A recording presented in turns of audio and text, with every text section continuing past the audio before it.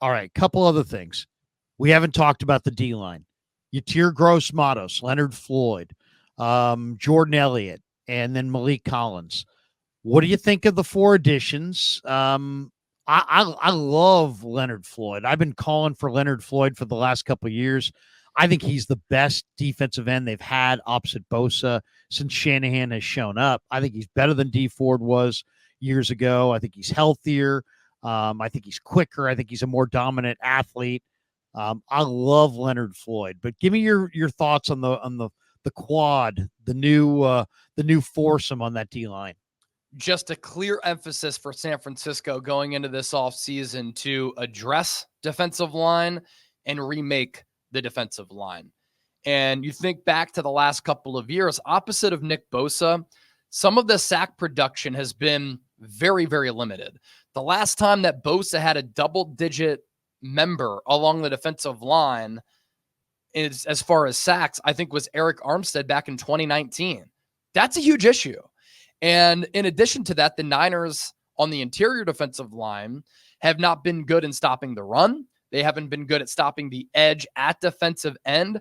And in addressing all of these players, you have Leonard Floyd, who's one of 3 players in the NFL to have 9+ sacks in the last 4 years, joining Hassan Reddick and Myles Garrett, 2 of the top edge rushers in the game.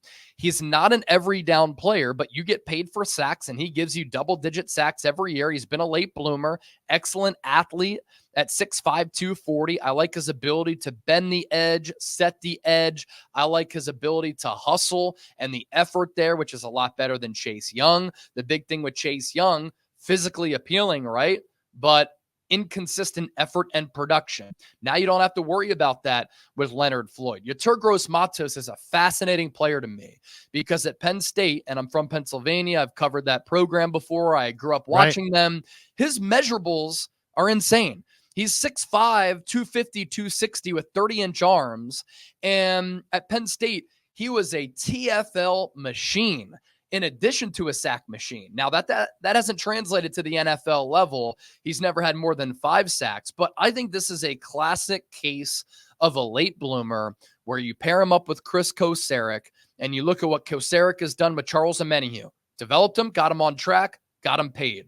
Arden Key, developed him, got him on track, got him paid. Just did the same thing with Clelin Ferrell. I'm surprised the Niners didn't bring him back at that $3.5 million number, but Clelin Ferrell was a straight up bust up until he went to the Niners, and he was really good. I think Yetur Gross-Matos is that same player to not just get the development from the best defensive line coach in the NFL and Chris Kocurek, but to be that Omenihu Arden Key hybrid option where he can be a stand-up edge rusher, a hand in the dirt edge rusher, but he can pop to the interior and he can play a little bit of defensive tackle.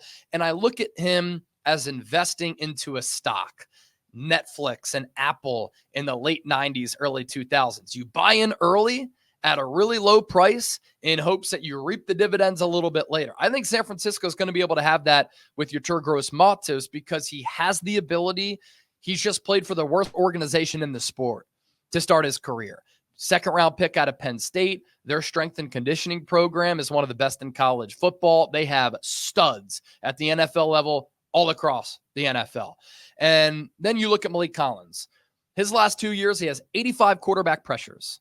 He's actually been a more productive and more available player than Arik Armstead. And he's $10 million cheaper, and he's 28 years old, so he's younger. Armstead's played in 21 games the last 2 years. And then you have Jordan Elliott, who was I love Jordan Elliott, man. I loved him at Texas. He's got quick. He's quick. He's got quick feet. He's 310 pounds. I was looking at the John Lund sent me a note saying that the guy was 6th overall last year in defensive tackle win rate. Yeah, against the run. So I mean that's pretty good, and he's got quick feet at 310. I think his body's healthy. There's low mileage on him. I like both these players inside because I think there's low mileage on them, and it's a rough. Come on. I mean, it's a rough It's a rough sport, but when you play D line, man, every single year it's like mileage on a car, And you really do have to keep up with how much these guys' bodies have left. And I just think that the two guys they got have so much more left than what Armstead has. I agree. And they're different players than what they've had. And you let Kinlaw go, he gets $7 million guaranteed. Armstead signs for $17 million per. So you're fulfilling one, a need, two, a different style, because I think these players are pretty good against the run.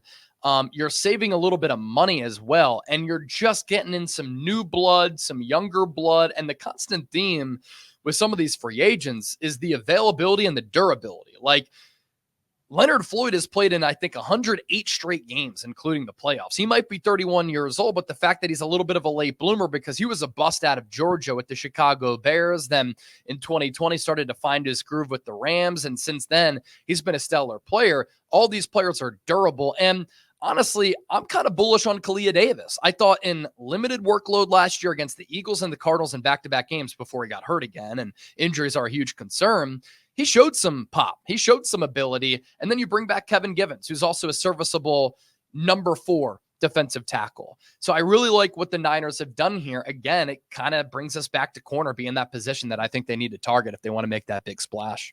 And not, to correct you, but you said that Yetur Gross-Matos is a, stud, and you're absolutely right. 6'5", 265. You said he had 30-inch arms. 35? 34 and 7/8. Yeah, there you go. 35-inch arms. Yeah. This guy's got vines. I mean, he is one of the more physically impressive defensive ends going.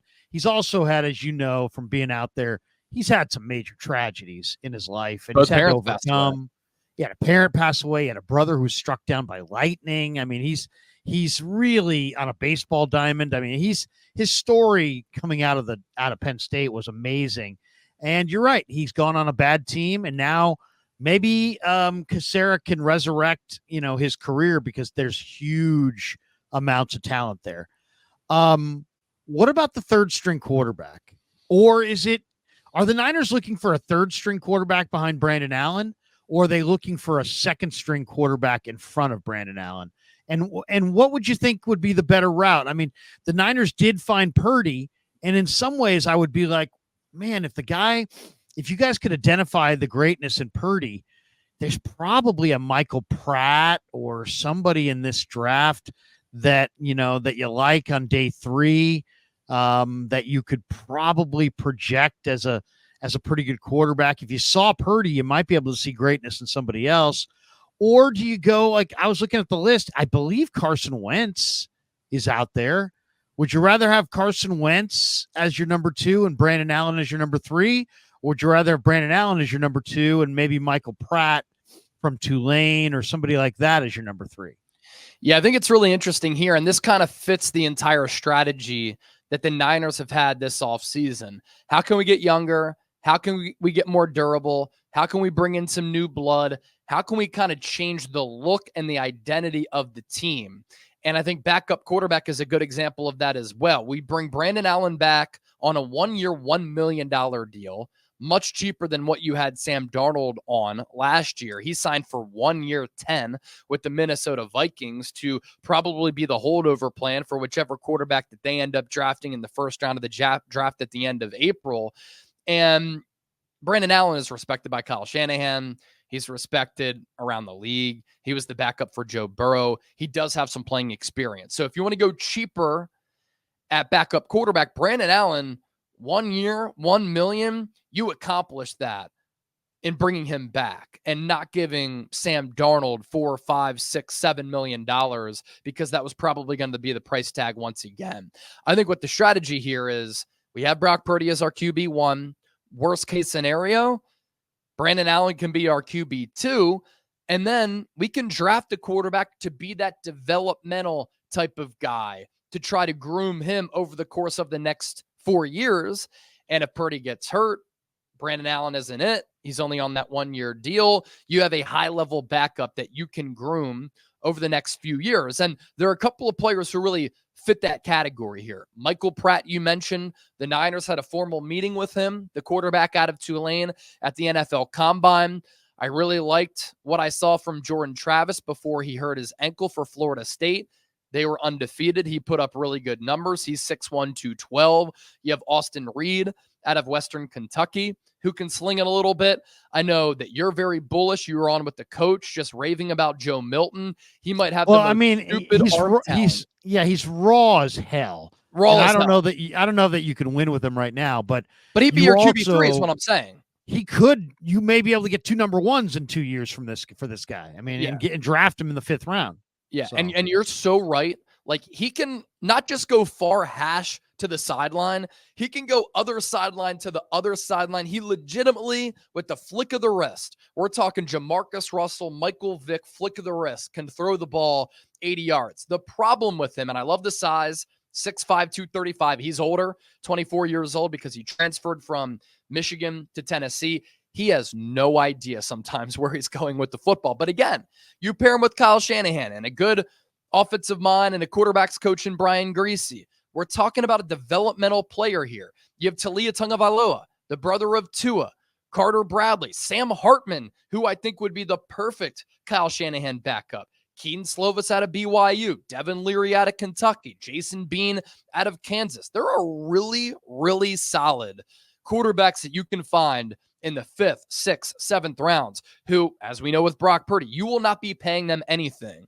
So if you have a quarterback room, Purdy around $1 million, Brandon Allen around $1 million, and then your third stringer under $1 million, what does that allow you to do? Financial flexibility elsewhere. And that's been a common theme of today's show, financial flexibility.